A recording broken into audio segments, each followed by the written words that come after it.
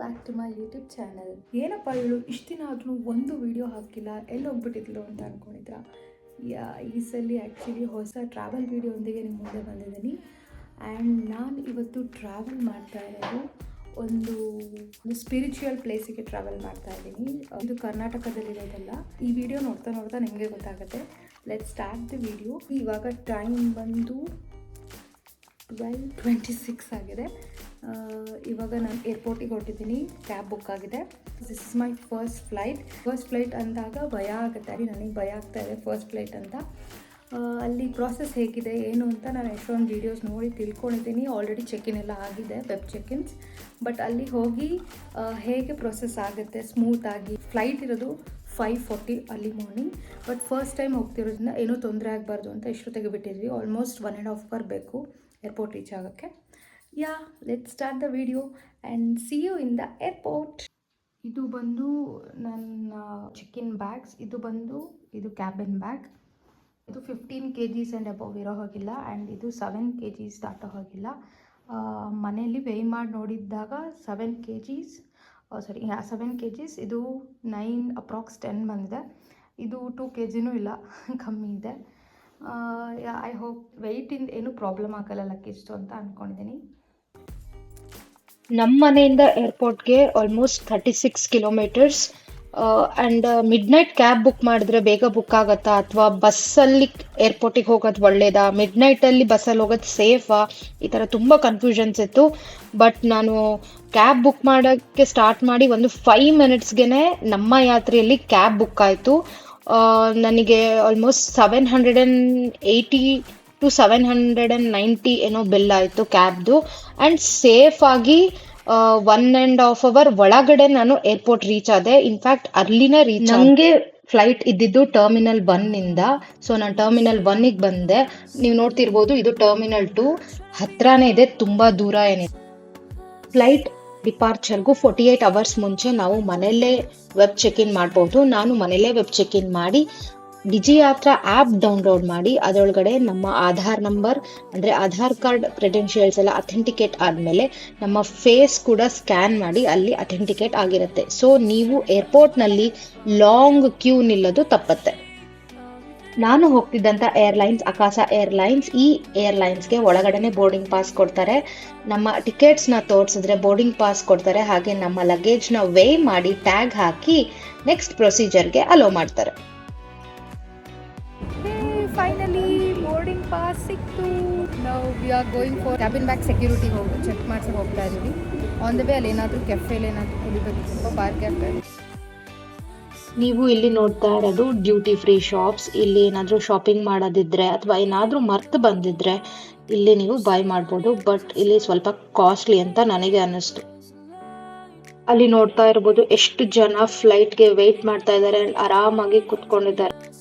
ನೀವು ಏರ್ಪೋರ್ಟ್ ಒಳಗಡೆ ಅರ್ಲಿ ಬಂದರೂ ಪರವಾಗಿಲ್ಲ, ಬಟ್ ಲೇಟ್ ಮಾಡಿಕೊಂಡು ಬಂದರೆ ತುಂಬ ಟೆನ್ಷನ್ ಆಗುತ್ತೆ. ಆಮೇಲೆ ಫ್ಲೈಟ್ ಮಿಸ್ ಆಗೋ ಚಾನ್ಸಸ್ ಇರುತ್ತೆ. ಆವಾಗಲೇ ನಾನು ಬೋರ್ಡಿಂಗ್ ಪಾಸ್ ಇಸ್ಕೊಂಡಾದ್ಮೇಲೆ ಸೀದಾ ಹೋಗಿದ್ದೆ ಸೆಕ್ಯೂರಿಟಿ ಚೆಕ್ಗೆ. ಅಂದರೆ ನಿಮ್ಮ ಕೈಯಲ್ಲಿ ಏನು ಬ್ಯಾಗ್ ಇಟ್ಕೊಳ್ತೀರಾ ಫ್ಲೈಟ್ಗೆ ಹೋಗಬೇಕಾದ್ರೆ, ಅಂದರೆ ಕ್ಯಾಬಿನ್ ಬ್ಯಾಗ್, ಆ ಬ್ಯಾಗ್ನ ಫುಲ್ ಚೆಕ್ ಮಾಡ್ತಾರೆ. ಅದರೊಳಗಿರೋ ಎಲ್ಲ ಐಟಮ್ಸ್ನೂ ಟ್ರೇಗೆ ಹಾಕಿ ಪ್ರತಿಯೊಂದೂ ಸ್ಕ್ಯಾನ್ ಆಗುತ್ತೆ. ಆ್ಯಂಡ್ ನಿಮ್ಮನ್ನು ಕೂಡ ನೀಟಾಗಿ ಚೆಕ್ ಮಾಡ್ತಾರೆ. ತುಂಬ ಸ್ಟ್ರಿಕ್ಟ್ ಇರುತ್ತೆ. ಅಲ್ಲಿ ವಿಡಿಯೋ ಮಾಡೋ ಹಾಗೆ ಇರಲ್ಲ. ಸೊ ನಾನಲ್ಲಿ ಯಾವುದೇ ಥರ ವಿಡಿಯೋ ಮಾಡಿಲ್ಲ. ಬಟ್ ನೀವು ಏರ್ಪೋರ್ಟ್ಗೆ ಬರುವಾಗ ನಿಮ್ಮ ಆಧಾರ್ ಕಾರ್ಡ್ ಅಥವಾ ಪಾಸ್ಪೋರ್ಟ್ ಏನಾದರೂ ಓಕೆ, ಡ್ರೈವಿಂಗ್ ಲೈಸೆನ್ಸ್ ಆದರೂ ಓಕೆ, ಅದನ್ನು ಕ್ಯಾರಿ ಮಾಡೋದನ್ನು ಮರಿಬೇಡಿ.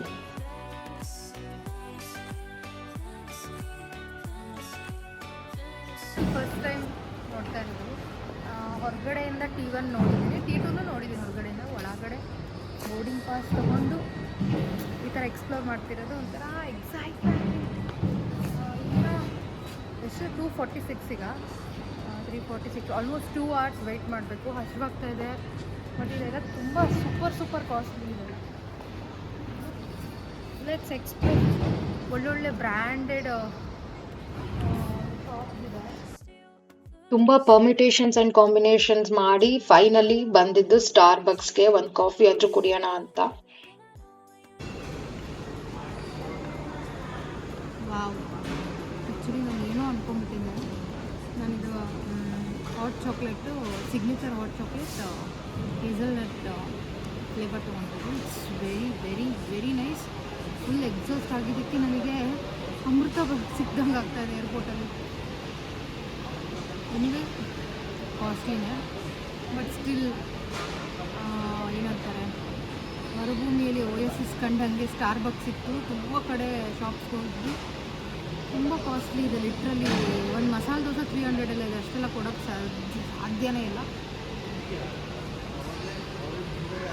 This is way better because I am a coffee person. Coffee ಬೆಳಗ್ಗೆ 319 ಬ್ರಾಹ್ಮಿ ಮುಹೂರ್ತದಲ್ಲಿ ಕುಡಿತಾ ಇದ್ದೀನಿ. So I am very happy. Thank you universe. First time ಸ್ಟಾರ್ಬಕ್ಸಿಗೆ ಬರ್ತಾಯಿದ್ದೀನಿ. ಫಸ್ಟ್ ಟೈಮ್ ಈ ಥರ ನೇಮ್ ಬರ್ಸ್ಕೊಂಡಿರೋದು. ಇದೆಲ್ಲ ಫಸ್ಟ್ ಕೆಲವೊಬ್ಬರಿಗೆ ಇದು ಏನಿದು ಅಂತ ಅನ್ಸ್ಬೋದು, ಬಟ್ ಕೆಲವೊಂದು ಎಕ್ಸ್ಪ್ಲೇನ್ ಮಾಡೋಕ್ಕಾಗಲ್ಲ. ಬೇರೆಯವ್ರನ್ನ ಬರೀ ನೋಡಿ ನಾನು ಒಂದಿನ ಟ್ರೈ ಮಾಡಬೇಕು ಅಂತ ಇರುತ್ತೆ ಅಲ್ವಾ, ಆಬ್ವಿಯಸ್ಲಿ ಖುಷಿಯಾಗುತ್ತೆ. ಆ್ಯಂಡ್ ಇದೇನೋ ಆಫರ್ ಇತ್ತು, ಮಾರ್ಗರಿಟಾ ಫ್ಲ್ಯಾಟ್ ಬ್ರೆಡ್, ನಿಜವಾಗ್ಲೂ ಚೆನ್ನಾಗಿಲ್ಲ ಇದು, ಬಟ್ ಎನಿವೆ ಸ್ವಲ್ಪ ತಿನ್ನೋಣ.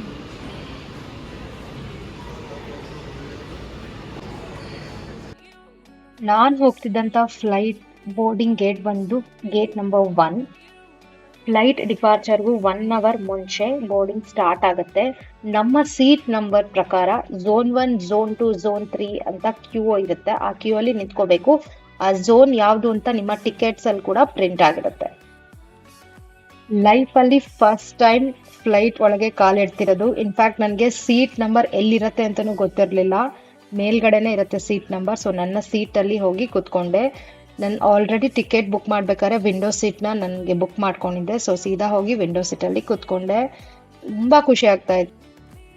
ಸೀಟ್ ಎದುರುಗಡೆನೆ ಒಂದು ಟ್ರೇ ಇರುತ್ತೆ, ಅಲ್ಲಿ ಏನಾದರೂ ಐಟಮ್ಸ್ ಇಟ್ಕೋಬೋದು. ಹಾಗೇನೆ ವಾಮಿಟ್ ಏನಾದರೂ ಬರೋವಾಗ ಆದರೆ ಅಲ್ಲಿ ಸಿಕ್ನೆಸ್ ಬ್ಯಾಗ್ ಇರುತ್ತೆ. ಆಮೇಲೆ ಅಕಾಸ ಕೆಫೆ ಅವ್ರದ್ದೇ ಮೆನ್ಯೂ ಕೂಡ ಅಲ್ಲೇನೆ ಇರುತ್ತೆ. ರನ್ವೇಲಿ ಯಾವಾಗ ಫ್ಲೈಟ್ ಮೂವ್ ಆಗಕ್ಕೆ ಸ್ಟಾರ್ಟ್ ಆಯಿತು, ನನಗೆ full meter off but smooth take off ಆಯಿತು. ಜಸ್ಟ್ ಫಾರ್ 2 minutes ಒಂಥರ ಈ ಜೈಂಟ್ ವೀಲಲ್ಲಿ ಕೂತಾಗ ಆಗತ್ತಲ್ವಾ, ಆ ಥರ ಫೀಲ್ ಆಯಿತು. But I was very excited and ಈ ಎಕ್ಸ್ಪೀರಿಯನ್ಸ್ನ ಯಾವತ್ತೂ ಮರೆಯೋದಿಲ್ಲ, because it's my first experience. Flight take off ಆಗಿ 15 minutesಗೆ ಫುಲ್ ಬೆಳಕು. ಆ್ಯಕ್ಚುಲಿ ನಾವು ಹೊರಟಾಗ ಕತ್ಲಿತ್ತಲ್ವ, ಇನ್ನೂ ಸನ್ರೈಸ್ ಆಗ್ತಾ ಇತ್ತು. ಬಟ್ ಫ್ಲೈಟಲ್ಲಿ ಕೂತು ಸನ್ರೈಸ್ ನೋಡಿದ ಮಾತ್ರ ಮಾವೆಲಸ್. ನಾನು ಯಾವತ್ತೂ ಮರೆಯೋದಿಲ್ಲ. ಯಾವುದೋ ಮೂವಿಯಲ್ಲಿ ಸ್ವರ್ಗಲೋಕ ತೋರಿಸ್ತಾರಲ್ಲ, ಆ ಥರ ಅನ್ನಿಸ್ತಾ ಇತ್ತು. ಸಾಕಷ್ಟು ಜನ ಹೇಳೋದು ಕೇಳಿದ್ದೆ, ಫ್ಲೈಟಲ್ಲಿ ವಾಶ್ರೂಮ್ ತುಂಬ ಚಿಕ್ಕದಿರುತ್ತೆ, ಹಾಗೆ ಹೀಗೆ ಅಂತ. ಸೊ ಎಕ್ಸ್ಪೀರಿಯನ್ಸ್ ಮಾಡೋಣ ಅಂತ ಒಂದ್ಸಲಿ ವಾಶ್ರೂಮ್ಗೂ ಹೋದೆ. ಬಟ್ ತುಂಬ ಚಿಕ್ಕದಿತ್ತು, ಕಂಫರ್ಟಬಲ್ ಅಂತ ಅನ್ನಿಸ್ಲಿಲ್ಲ, ಬಟ್ ಕ್ಲೀನಾಗಿ ಮೇಂಟೈನ್ ಮಾಡಿದ್ರು ಆ್ಯಕ್ಚುಲಿ. ವೆದರ್ ತುಂಬಾ ಚೆನ್ನಾಗಿದ್ದರಿಂದ ನಮ್ಮ ಫ್ಲೈಟ್ 45 minutes ಬೇಗನೆ ಲ್ಯಾಂಡ್ ಆಗೋಯ್ತು ಭುವನೇಶ್ವರಲ್ಲಿ. ನಮ್ಮ ಬೆಂಗಳೂರು ಇಂಟರ್ನ್ಯಾಷನಲ್ ಏರ್ಪೋರ್ಟ್ ಅಷ್ಟು ದೊಡ್ಡದಾಗಿ ಭುವನೇಶ್ವರ್ ಏರ್ಪೋರ್ಟ್ ಇಲ್ಲ. ಫ್ಲೈಟ್ ಲ್ಯಾಂಡ್ ಆಗಬೇಕಾದ್ರೆ ನಮ್ಮ ಲಗೇಜ್ ಯಾವ ಬೆಲ್ಟ್ ಅಲ್ಲಿ ಬರುತ್ತೆ ಅಂತ ಅನೌನ್ಸ್ ಮಾಡ್ತಾರೆ. ಆ್ಯಂಡ್ ಏರ್ಲೈನ್ಸ್ ಇಂದ ಮೆಸೇಜ್ ಕೂಡ ಬರುತ್ತೆ. ನಮ್ಮ ಲಗೇಜ್ ಬೆಲ್ಟ್ ನಂಬರ್ 2 ಅಲ್ಲಿ ಬಂತು. ಭುವನೇಶ್ವರ್ ಏರ್ಪೋರ್ಟ್ ಇಂದ ಪುರಿಗೆ ಆಲ್ಮೋಸ್ಟ್ 60 to 65 kilometers. ನಾವು ಏರ್ಪೋರ್ಟ್ ಇಂದ ಕ್ಯಾಬ್ ಅಲ್ಲಿ 1500 rupeesಗೆ ಹೊರಟ್ವಿ. ಕ್ಯಾಬಲ್ಲಿ ಪುರಿಗೆ ಬರುವಾಗ ತುಂಬ ಮಳೆ ಬರ್ತಾ ಇತ್ತು. ಹೆಂಗಪ್ಪ ಪುರಿನ ಎಕ್ಸ್ಪ್ಲೋರ್ ಮಾಡೋದು, ಸುತ್ತಾಡೋದು ಅಂತ ಟೆನ್ಷನ್ ಆಗೋಯ್ತು. ಫೈನಲಿ ಹೋಟೆಲ್ ಚಿಕನ್ ಆದ್ವಿ. ನಾವು ಭುವನೇಶ್ವರ್ಗೆ ಬಂದು ರೀಚ್ ಆಗಿದ್ದು 45 minutes ಬೇಗ. ಸೊ 8:15ಗೆ ಬರಬೇಕಿತ್ತು. ಬೇಗನೆ ಬಂದುಬಿಟ್ಟಿದ್ದೀವಿ. ಫ್ಲೈಟ್ ಬೇಗ ಅರೈವ್ ಆಗಿತ್ತು. ಸೊ ಅಲ್ಲಿಂದ ಬ್ಯಾಗೇಜ್ ಕಲೆಕ್ಟ್ ಮಾಡಿಕೊಂಡು ಕ್ಯಾಬ್ ತೊಗೊಂಡು, cab was about 1500 rupees because ಮಳೆ ಕೂಡ ಬರ್ತಿತ್ತು. ಅಲ್ಲಿಂದ ಬಸ್ ಸ್ಟ್ಯಾಂಡಿಗೆ ಹೋಗಬೇಕು. ಬಸ್ ತೊಗೊಂಡು ಇಲ್ಲಿ ನಾವು ಉಳ್ಕೊಂಡಿರೋವಂಥ ಅಕೊಮೊಡೇಷನ್ ಜಾಗಕ್ಕೆ ಬರಬೇಕು ಅಂದರೆ ಆಲ್ಮೋಸ್ಟ್ ರಿಸ್ಕಿ. ಈ ಮಳೆಯಲ್ಲಿ ಪೇಷನ್ಸ್ ಇರಲಿಲ್ಲ, ರಾತ್ರಿ ಇಡೀ ನಿದ್ದೆನೇ ಇರಲಿಲ್ಲ. ಸೊ 1500 rupees ಪೇ ಮಾಡಿ ಆರಾಮಾಗಿ ಕ್ಯಾಬಲ್ಲಿ ಬಂದ್ವಿ. ಆ್ಯಂಡ್ ಡ್ರೈವರ್ ಕೂಡ ಸಪೋರ್ಟಿವ್ ಆಗಿದ್ದರು. ಸೊ ಎಲ್ಲೆಲ್ಲಿ ಏನೇನು ನೋಡಬೇಕು ಹೇಗೆ ಅಂತೆಲ್ಲ ಹೇಳಿದ್ರು. ಆ್ಯಂಡ್ ಇಲ್ಲಿಗೆ ಬಂದರೆ ಇಲ್ಲೂ ಸ್ವಲ್ಪ ಮಳೆ ಬರ್ತಾಯಿದೆ ಆ್ಯಕ್ಚುಲಿ. ಆಮೇಲೆ ತುಂಬ ಹ್ಯೂಮಿಡ್ ವೆದರ್ ಇದೆ. ಆ್ಯಂಡ್ ಇಲ್ಲಿ ಚೆಕ್-ಇನ್ ಆದಮೇಲೆ ಗೊತ್ತಾಯಿತು ತುಂಬ ಚೆನ್ನಾಗಿದೆ ರೂಮು. ಆ್ಯಕ್ಚುಲಿ ಈ ಪ್ರೈಸಿಗೆ ಈ ರೂಮ್ ತುಂಬ ವರ್ತ್. ಯಾಕಂದರೆ AC ಇದೆ, TV ಇದೆ, ಆಮೇಲೆ ಹಾಟ್ ವಾಟರ್ ಫೆಸಿಲಿಟಿ ಕೂಡ ಇದೆ, ಫ್ಯಾನ್ ಕೂಡ ಇದೆ, ಆ್ಯಂಡ್ ವೈಫೈ ಫ್ರೀ ಇದೆ, ಆ್ಯಂಡ್ ಚೇರ್ ಇದೆ, ಟೇಬಲ್ ಇದೆ, ಡ್ರೆಸ್ಸಿಂಗ್ ಟೇಬಲ್ ಇದೆ. ಸೊ ಐ ಥಿಂಕ್ ಈ ಪ್ರೈಸ್ಗೆ ಈ ಒಂದು ಅಕೊಮೊಡೇಷನ್ ಏನಿದೆ ನನಗೆ ವರ್ತ್ ಅಂತ ಅನ್ನಿಸ್ತು. ಇದು ಬಂದು ಟೆಂಪಲ್ದ ಅಕೊಮೊಡೇಷನ್. ಸೊ ಇದು ಫುಲ್ ಬ್ರೀಫಿಂಗ್ ನನ್ನ ಮುಂದೆ ಹೇಳ್ತೀನಿ ಹೆಂಗೆ ಬುಕ್ ಮಾಡಿದೆ ಏನು ಅಂತ ಅಂದ್ಬಿಟ್ಟು. ಒಂದು ಕ್ವಿಕ್ ರೂಮ್ ಟೂರ್ನ ತೋರಿಸ್ಕೊಂಡು ಬರ್ತೀನಿ.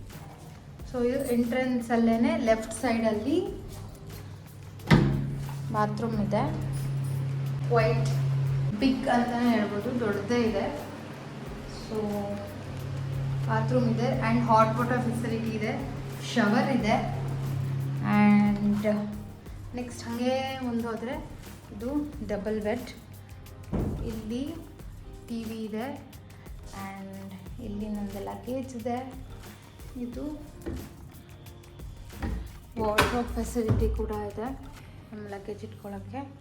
ಸೈಡ್ ಟೇಬಲ್, ಇಲ್ಲಿ ವಾಕ್ ಮಾಡೋದಿದ್ರೆ ಟೇಬಲ್ ಇದೆ, ಇಲ್ಲಿ ಕುತ್ಕೊಂಡು ಮಾತಾಡೋದಕ್ಕೆ, ಕಾಫಿ ಕುಡಿಯೋಕ್ಕೆ ಚೇರ್ ಆ್ಯಂಡ್ ಟೇಬಲ್ ಇದೆ.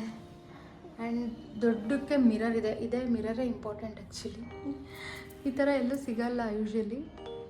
ಒಳ್ಳೆ ಮಿರರ್ ಇದೆ. ಆ್ಯಂಡ್ ವ್ಯೂ ಬಂದು ಸೀ ಸೈಡೆಲ್ಲ ಏನಿಲ್ಲ, but still quite decent view. ಈ ಪ್ರೈಸಿಗೆ ದಿಸ್ ಇಸ್ ಗುಡ್ ಅಂತ ನನಗೆ ಅನ್ನಿಸ್ತು. ಇವಾಗ ಫ್ರೆಶ್ ಅಪ್ ಆಗಿ ಕ್ವಿಕ್ಕಾಗಿ ಬ್ರೇಕ್ಫಾಸ್ಟ್ ಮಾಡ್ಕೊಂಡು ಬಂದ್ಬಿಡೋಣ. ಬಿಕಾಸ್ ನಾನು ಊಟ ಮಾಡಿದ್ದೆ ನಿನ್ನೆ ರಾತ್ರಿ ಎಷ್ಟು ಗಂಟೆಗೆ, ಆಲ್ಮೋಸ್ಟ್ ಒಂದು 9:30-10 ಗಂಟೆ ಇರ್ಬೋದು. ಅದಾದಮೇಲೆ ಏನು ತಿಂದಿಲ್ಲ. ಈಗ ಆಲ್ರೆಡಿ 12 hours ಆಗಿದೆ. ಸಖತ್ ಹೊಟ್ಟೆ ಹಸಿತಿದೆ. ಹೋಗಿ ಕ್ವಿಕ್ಕಾಗಿ ಏನಿದೆ ಅಂತ ತಿಳ್ಕೊಂಬೋಣ. ಆ್ಯಂಡ್ ಇಲ್ಲಿ ಸ್ಪೆಷಾಲಿಟಿ ಏನಂದರೆ ಇಲ್ಲಿ ಸಾತ್ವಿಕ ಆಹಾರ, no onion, no garlic. So ಆರಾಮಾಗಿ ಸಾತ್ವಿಕ ಆಹಾರನ ತಿನ್ಕೊಂಡು ಬರೋಣ. ಇದಾಗಿತ್ತು ಈ ವ್ಲಾಗ್ ಪಾರ್ಟ್ 1 ವಿಡಿಯೋ. ಮುಂದಿನ ವಿಡಿಯೋದಲ್ಲಿ ಪುರಿಯಲ್ಲಿ ನಾನು ಎಲ್ಲೆಲ್ಲಿ ಹೋದೆ, ಹಾಗೆ ಏನೇನು ಫುಡ್ ಟೇಸ್ಟ್ ಮಾಡಿದೆ, ನನ್ನ ಐಟನರಿನ ನಿಮಗೆ ಶೇರ್ ಮಾಡ್ತೀನಿ. ನೀವಿನ್ನ ನನ್ನ ಚಾನೆಲ್ನ ಸಬ್ಸ್ಕ್ರೈಬ್ ಮಾಡ್ಕೊಂಡಿಲ್ಲ ಅಂದರೆ ದಯವಿಟ್ಟು ಸಬ್ಸ್ಕ್ರೈಬ್ ಮಾಡ್ಕೊಳ್ಳಿ. ಈ ವಿಡಿಯೋ ನಿಮಗೆ ಇಷ್ಟವಾದಲ್ಲಿ ಲೈಕ್ ಮಾಡಿ, ಹಾಗೆ ಶೇರ್ ಮಾಡಿ, ಹಾಗೆ ನಿಮ್ಮ ಒಪಿನಿಯನ್ಸ್ನ ಕಮೆಂಟ್ ಸೆಕ್ಷನಲ್ಲಿ ತಿಳಿಸಿ. ನನ್ನ ಎಲ್ಲ ಮುಂದಿನ ವಿಡಿಯೋಸ್ನ ನೋಟಿಫಿಕೇಶನ್ ನಿಮಗೆ ಬರಬೇಕು ಅಂದರೆ ಬೆಲ್ ಐಕನ್ನ ಪ್ರೆಸ್ ಮಾಡೋದನ್ನ ಮರಿಬೇಡಿ. With this note, I'm ending this video. Keep supporting me and keep showing me lots of love. ಈ ಕನ್ನಡತಿಯನ್ನು ಸದಾ ಪ್ರೋತ್ಸಾಹಿಸ್ತಾ ಇರಿ. ಮುಂದಿನ ವಿಡಿಯೋ ಅಲ್ಲಿ ನಿಮಗೆ ಸಿಗ್ತೀನಿ. ಅಲ್ಲಿವರೆಗೂ take care, lots of love, bye bye.